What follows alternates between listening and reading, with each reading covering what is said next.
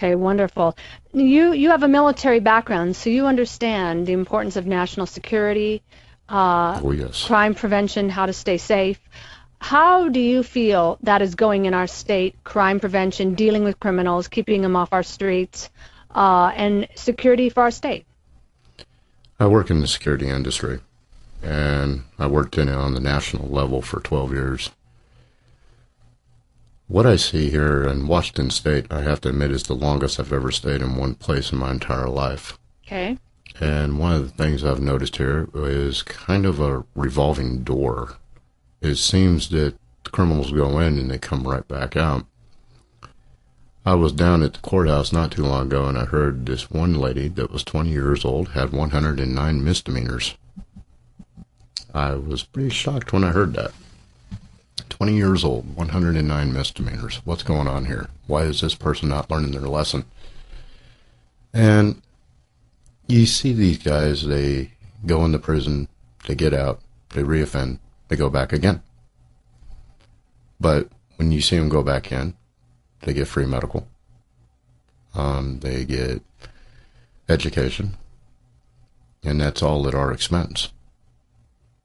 We have a little bit of an issue there when there's people that live in my district that are law-abiding citizens that are trying to make a living and scratch by and figure out how they're going to get health care, but yet if you commit a felony and go to prison, you got a free ride, you're completely covered. So we need to revisit a couple of these issues here and try to figure out what the problem is. Well, you make a point there, and I've thought this for years and years and years. In fact, I've screamed about it on my nightly show at times. Why is it that we, the taxpayers, pay for these people that have committed crimes to go into prison, and they get free education then, they get free health, they get free room and board, they get meals, and here we are struggling to pay our utilities, pay our mortgage or our rent. Some of us can't even afford health insurance, and we have to pay to go to college if we can indeed afford it or get a loan or figure out how to get a grant. But yet the prisoners, it's like cakewalk. And I've often thought, why don't they work for their food? Why don't they have a rule in prison or in internment centers when they've committed enough crimes where, if you want to go to college, you work long enough and we'll set aside some of the money you earn to pay for your tuition. Why should it be free, Mike? Why should everything be free in prison for people that have done everything wrong? I don't think it should be, but it fell under a thing that they were trying, similar to a rehabilitation program, to help them get back into society, but they found that most of them reoffended. And it's like in the debate the other night, my opponent was talking about the felons doing when they were converting them back into society, they were helping them get affordable housing. I wanted to sit there and say, but they didn't give me a chance to rebuttal that. But I wanted to ask, well, why are felons getting affordable housing but not average everyday workers? That's one of the things I wanted to approach on that issue. Good question. And it seems like that they get it easier than anybody else, and it's supposed to be the other way around. Yeah, and it's not that I want to punish people or not show grace or forgiveness or restoration. Of course, we want them to be redeemed if possible, but that does not mean that they don't work. That does not mean that we just give it all to them. It's not a resort in there. No. Oh, my goodness. There's so many other things to talk about. You talk about on your website our schools being in a $10.5 million deficit this year, and you want teachers to get paid right. But how do we do that when we have such a deficit? Governor Gregoire has been really, really gifted at creating a huge deficit in this state. And you mentioned also the WASL. A lot of people are wondering about the WASL, if we need it, and why is it here? What are your comments on those things? Well, let's start with the deficit program first. Yes, Washington State went into a $3.2 billion projected deficit. Came as a surprise because 3 weeks ago our same governor was telling us we had a surplus. Oh, isn't that magical how that happens? And there's $9 billion missing now. Yeah.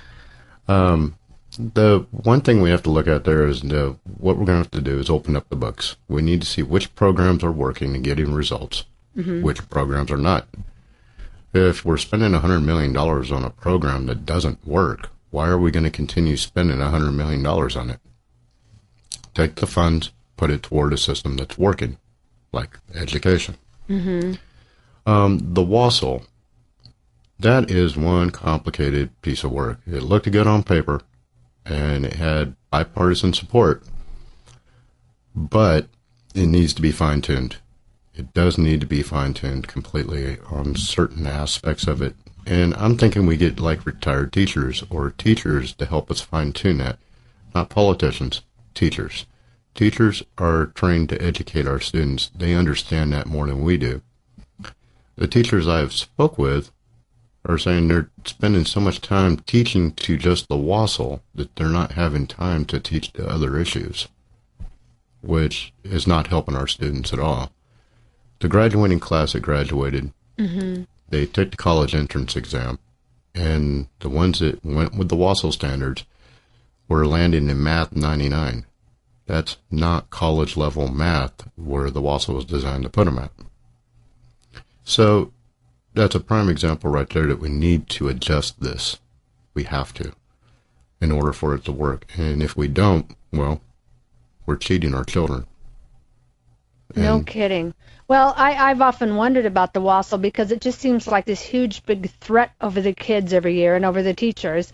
That, oh, we have to pass so much in the WASL in the different sections. It's like, whatever happened to old-fashioned teaching where you leave it up to the school or the teacher and you have some accountability within the school? I mean, do you dig having the government breathe down our backs on every little school decision? No.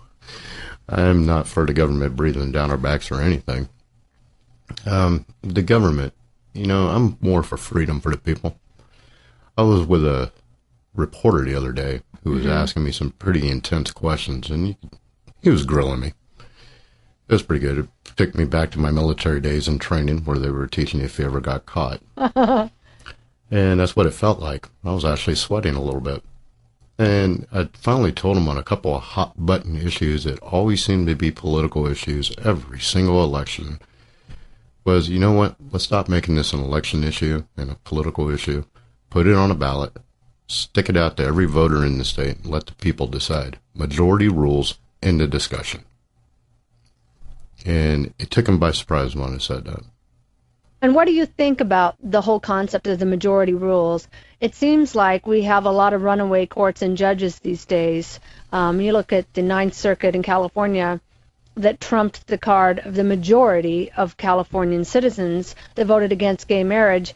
And they said, oh, that's not constitutional. And they just trumped it all and just sat on the law and what they voted into law.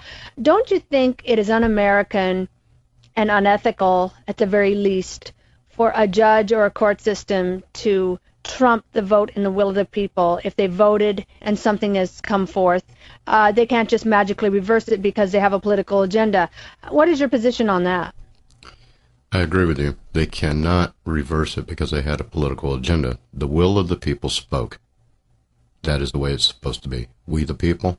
That's even what I have on my business cards. Anytime you see a judge that sits there and override what the voters said, regardless of what their excuse is, if you want to fight it, put it on the ballot. Sure. And let the people decide. There is nothing in the Constitution that gives the judge the right to override what the people say. And that is not fair to them. That is not fair to the system. Those judges need to be held accountable. They need to be brought out and possibly even an ethics committee created to even question their agenda. Well, that's exactly right, because, I mean, it takes the heart and soul right out of the people. When you vote, we want people to vote in all the elections, like the upcoming presidential election.